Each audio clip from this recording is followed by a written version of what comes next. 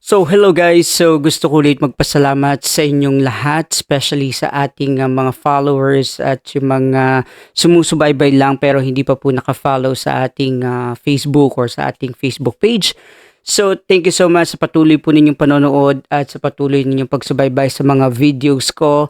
So yun na nga guys, so na-monetize na po tayo dito kay Facebook. So meron na po tayong in-stream ads dito sa Facebook. So 9 days ago lamang po tayo na-monetize. So sa loob ng siyam na araw po na yun, ito na po yung earning po natin dito po kay in-stream ads po. So, tignan nyo po sa taas ko, nandyan po yung earning po natin sa loob ng 9 days.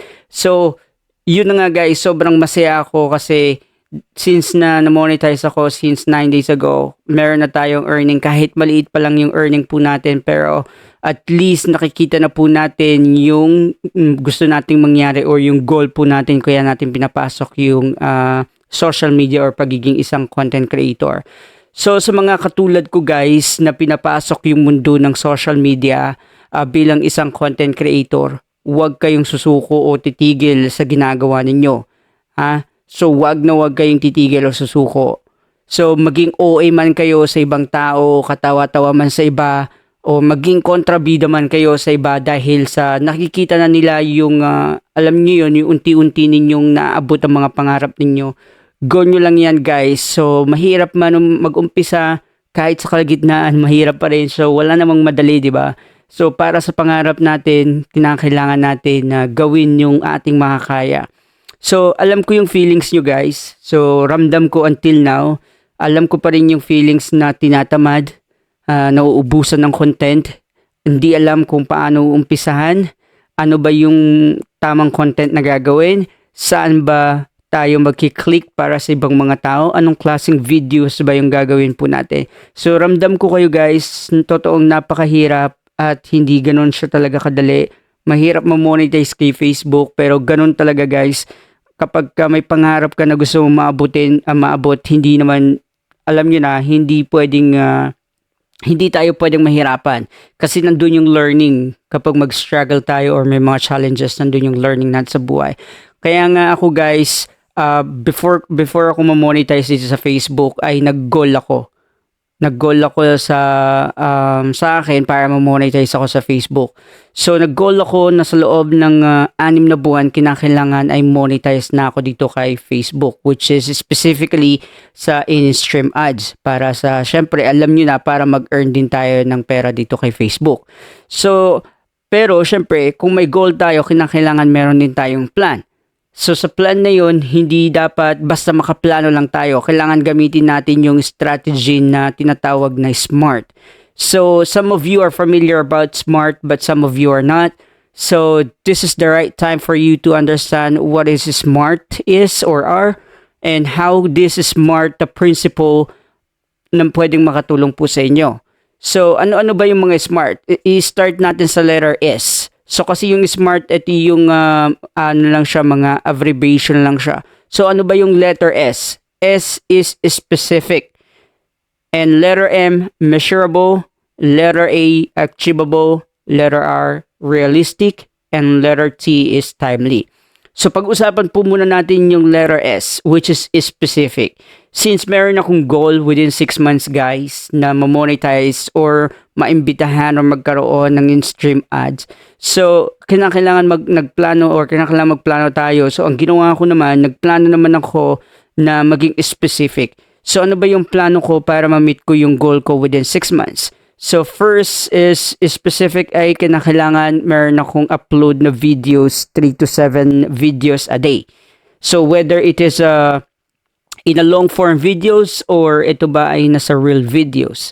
So at least 3 to 7 times or 3 to 7 videos rather, 3 to 7 videos a day kinakailangan makapag-upload ako. So that's specific. Hindi pwede yung nagplan tayo na gusto natin ma-monetize and then yung plan natin kailangan lang natin ma-monetize. Kumbaga gusto ko makapag-upload ako ng video. So hindi pa rin siya specific. Makapag-upload ka ng video. So what do you mean makapag-upload ka ng video? Dapat be specific. So how many videos a day dapat ang kinakailangan mong gawin. So para at least malaman natin kung ano, nasaan na ba tayo doon sa goal po natin, nasa on track pa rin ba tayo or basta lang nakagawa lang tayo ng goal at ng plan. And the next letter is measurable. So dapat kinakailangan nasusukat yung ating plano. So hindi pwede yung gusto ko gumawa ng mga videos. So walang sukat, walang specific na sukat siya, hindi siya measurable. Measurable. So kasi hindi siya kumbaga wala siyang number. So bigyan natin ng numero para magkaroon ng measure or para masukat natin kung ilang videos ba yung kaya natin gawin a day. Syempre, lahat naman tayo guys, may kanya-kanyang trabaho. Hindi lang naman pagre-reels or pag-Facebook ang pinagkaabalahan natin sa buhay, especially tulad natin ng mga small content creator. Hindi ito yung full-time job natin or hindi ito yung full-time na pinaglalaanan natin ng buong araw natin. So, syempre, kailangan measurable siya. So, means sa akin, same pa din. So, 3 to 7 videos a day kinakailangan. So, measurable siya. So, at least, binigyan ko ng numero. So, bigyan nyo rin ng numero yung mga plano po ninyo. And third po na letter po natin is achievable. Of course, tulad na sabi ko, everyone are busy sa work po natin. So, kailangan achievable siya. Hindi pwedeng mag-upload ako ng videos like 50 videos a day. Are you sure na kaya mo yung 50 videos a day? Especially kung full-time job ang meron ka. Kung wala ka namang job, are you sure na kaya mo din ba yung 50 videos a day? Napakahirap po mag-edit, napakahirap din pong mag-isip ng mga content. So, dapat kinakailangan is achievable po siya. Kaya ginawa ko sa sarili ko 3 to 7 videos every day. So, kasi ayun lang yung nakikita kong ma-achieve ko na kaya kong gawin na 3 to 7 videos a day. So kaya kinakailangan is achievable siya. Huwag yung sabihin natin na gagawa ako ng videos like 20 or 50 videos a day. So wag nyo na pong lokohin po yung sarili nyo. Pinahihirapan ninyo at hindi nyo rin po makukuha yung goal po ninyo once na hindi po kayo maging seryoso sa gusto po ninyong plano or sa gusto ninyo. And then the fourth letter is realistic. Be realistic, guys. Kailangan maging totoo kayo sa mga plano po ninyo. Huwag yung alam niyo tulad ng sinabi ko 50 videos a day. Kaya niyo ba 'yon, guys? So maging realistic. Ano ba yung oras na availability po ninyo? So ilang oras po ba? Like 3 hours po ba ang kaya nyong i-spend para sa paggawa ng mga content and pag-edit ng mga videos at pag-post ng mga videos? Like for example, meron po kayong 5 hours or 5 hours na spare time po ninyo. So ilang videos yung kaya nyong gawin? Ilang videos yung kaya nyong gawan ng content? So, kinakailangan maging realistic. Long form videos po yan or reel. So, kung sa reel lang po, pwede po natin gawin po yung 3 videos po niyan. Siyempre, meron lang po tayong use audio. So, pwede po natin gawin yon. Pwede po natin pagkuhanan yun. At makakagawa na rin po tayo ng 3 to 7 videos kung magfo-focus po tayo sa reels. Pero kung magfo-focus din po tayo sa long form video, at least mahaba-habang minuto din yun. So, mahaba-haba din pag-isip yun. And then, kinakailangan, tulad sabi ko, kailangan maging realistic po tayo sa mga plano po natin. And last letter po, which is the 5th letter, ay kinakailangan ay timely. Ano ba yung timely, guys? Kinakailangan syempre lagyan nyo rin ng time limit yung sarili po ninyo. Kinakailangan lagyan nyo ng oras. Like for example, tulad nga sabi ko sa inyo, 5 oras lang ang meron po kayo sa isang oras. Ayun po yung vacant time po ninyo. So sa 5 oras po na yun, ilang videos yung kaya mo every day. So for example, sa morning, so pwede po kayong gumising po ng 5 a.m. kahit 8 a.m. po yung pasok po ninyo. So 5 a.m. po kayo gigising, and then pwede po kayong magsulat ng script po ninyo para sa isang video po ninyo. And then pwede rin po kayong mag-create po ng video po ninyo kung talagang seryoso po kayong gawin yun. Or pwede nyo rin pong gawin during lunchtime. So sa pagre-reel. So, pwede nyo rin pong gawin yun after habang nagsaluto kayo, di ba? So, pwede rin po yun sa paggawa ng reel. So, yung kinakailangan timely. So, hindi pwede yung, basta gagawa ako ng video every day. So, kinakailangan meron din kayong specific na time tuwing anong oras at tuwing anong ilang minuto dapat yung videos na gagawin ko. So, para at least everyday natatrack ninyo na nasa right track pa rin kayo, nandun pa rin kayo patungo sa mga plans po ninyo. So, sa akin tulad na sabi ko, no, magkikreate ako ng 3 to 7 videos. And nagagawa ko lang po, totoo lang nagagawa ko ay nasa 2 to 3 videos lang. Pero hindi po siya consistent na everyday.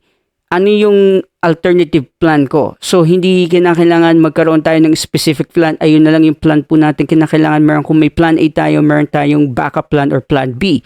So, ang plan B ko na ginawa, nanonood ako ng mga videos tulad po nito ng mga ideas videos kung paano ko po mas madadevelop po yung mga strategies na gagawin ko. So, isa sa mga napanood kong videos, ang pinakamabilis daw po na hakbang bukod sa mag-viral ang videos mo, isa sa mga pinakamabilis din hakbang para ma-meet po ninyo ang monetization kay Facebook ay yung pagla-live. Kaya nag-focus po ako sa pagla-live, nag-plan din po ako. So, ang naging plano ko po noon ay naging specific po ako. So, 5 times a day, 5 times a week ako nagla-live. So, that's Monday, Tuesday, Wednesday, Friday, and Saturday. So, that's specific with measurable. So, nami-measure naman siya. Kumbaga, nasusukat naman yung 5 araw po na yan. And then, achievable. Of course, na-achieve ko po siya. So, it means achievable po yung goal po na yun. And then, realistic. Siyempre, realistic kasi ginagawa ko siya 7 p.m. dito sa New Zealand and 2 p.m. po dyan sa Philippines. So, kaya isa po siyang realistic din na nagawa ko. And then, timely, siyempre, alas 7 lang sabi ko, alas 7 dito sa New Zealand. So, ginagawa ko at least 2 to 3 hours akong nagla-live every 5 times a week ang ginagawa ko. So guys, kaya sa inyo, sa mga nahihirapan po dyan na mag-isip kung ano yung mga content or ano yung dapat ninyong gawin para ma-meet po ninyo ang monetization. Guys, panoorin nyo lang po yung mga videos na ganito na maaaring makatulong po sa inyo. Huwag po kayong manood ng mga niloloko lang kayong video sa mga gantong video sa mga paraan para at least malaman po ninyo kung paano din kayo ma-monetize sa inyong mga Facebook. So tulad nga ng sabi ko sa inyo, hindi ganun kadaling gumawa ng content at itong content po na ito ay isa sa mga pinag-isipan ko din po ng maigi. Ano ba yung dapat kong sabihin? Paano ko ba matutulungan yung mga viewers po natin? Hindi lang basta may masabi ako. Kung hindi gusto ko meron kayong matutunan para at least yung natutunan ninyo mula sa akin or mula sa video na ito ay may apply nyo rin sa inyo at kayo mismo ay ma-achieve din ninyo yung goal po ninyo na ma-monetize kay Facebook. Huwag lang mapagod guys, maging patience lang kayo. Kung wala man nanonood sa inyong mga videos, ituloy nyo lang guys. Huwag mapagod, huwag panghinaan ng loob. Tulad nga nagsabi ko sa last videos ko or sa last video ko na walang ibang tutupad ng pangarap natin kundi tayo din. Of course, hindi pwede si kapitbahay ang tutupad ng mga pangarap ninyo para ma-monetize kayo kay Facebook, kundi tayo din. So kaya guys, kung sa tingin ninyo na nakatulong yung video po nito, na na-inspire po kayo na patuloy na gawin po yung pag-reels po ninyo or sa pasukin ng mundo ng social media, huwag nyo pong kalimutan, syempre, huwag nyo kalimutan na i-share nyo rin po ang video po na ito. Huwag nyo rin pong kalimutan na i-follow po sa mga hindi pa po nakakapag-follow at bago lang po sa aking videos po, bago lang po nakita ang videos ko, huwag mong kalimutan na i-follow ang ating page which is PYNZ Payaman at ang ating YouTube. Huwag nyo rin kalimutan na i-subscribe na PYNZ Payaman. And follow nyo na rin ang aking Facebook page na Romy Carl Lorenzo para tuloy-tuloy pa po yung content po natin. And kung meron po kayong gustong ipagawa ng mga content tulad po ng mga ganito, please comment below para magawan po natin siya ng video at marami pa pong ma-inspire. So thank you so much guys and have a great day. Bye-bye.